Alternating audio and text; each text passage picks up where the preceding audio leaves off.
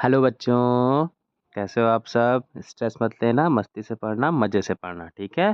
तो आज हम देखने वाले हैं न्यूरल कंट्रोल एंड कोऑर्डिनेशन के अपने प्रीवियस ईयर एमसीक्यूज़ जो नीट में आए हैं और आपके नीट 2025 में आने के चांसेस हैं फिर से वही सेम क्वेश्चन या उसी जैसे क्वेश्चंस, ठीक है? तो स्टार्ट करते हैं question number 1। The myelin sheath is produced by, बहुत इजी क्वेश्चन है, नीट 2018 में आया है। माइलिन शीथ कौन सी सेल्स बनाती हैं? Schwann cells and oligodendrocytes, astrocytes and Schwann cells, oligodendrocytes and astrocytes, Schwann cells only। इतना पता है कि Schwann cells और oligodendrocyte बनाती हैं। बी ऑप्शन में एस्ट्रोसाइट्स है इसलिए गलत हो गया। सी ऑप्शन में भी एस्ट्रोसाइट है और डी में सिर्फ Schwann cell लिखा है। तो आंसर हमारा क्या हो गया? A. Saltatory conduction of nerve impulse occurs, हमेशा दिमाग में रखिएगा जो सॉल्टेटरी कंडक्शन होता है वो ओनली माइलिनेटेड नर्व फाइबर्स में होता है। ये हमारा नीट 2019 का question. Which part of the brain is responsible for precise and coordinated movements? Accurate और coordinated movements किस वजह से होती हैं? ब्रेन का कौन सा पार्ट होता है? तो सेरिब्रम, सेरिबेलम, हाइपोथैलेमस या मेडुला ऑब्लोंगेटा? सेरिबेलम आंसर जाएगा।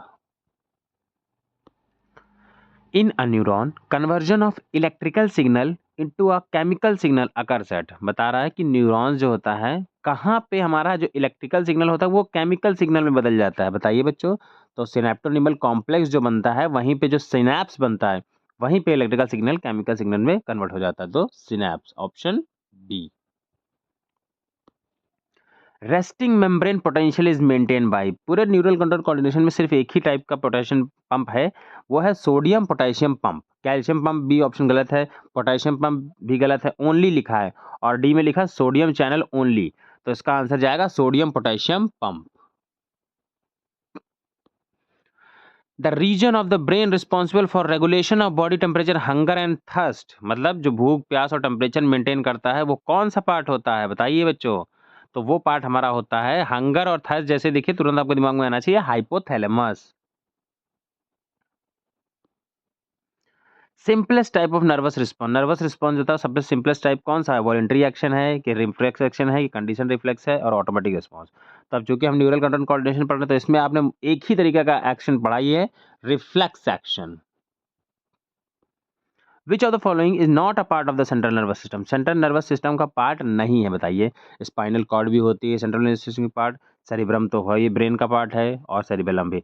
जो नर्व्स है क्रेनियल नर्व्स, नर्व्स चूंकि वो बॉडी ऑर्गन्स में जा रही होती है ना वहां से निकल के, तो ये नर्व्स जो होती हैं ये सेंट्रल नर्वस सिस्टम का पार्ट नहीं होती हैं, ठीक है।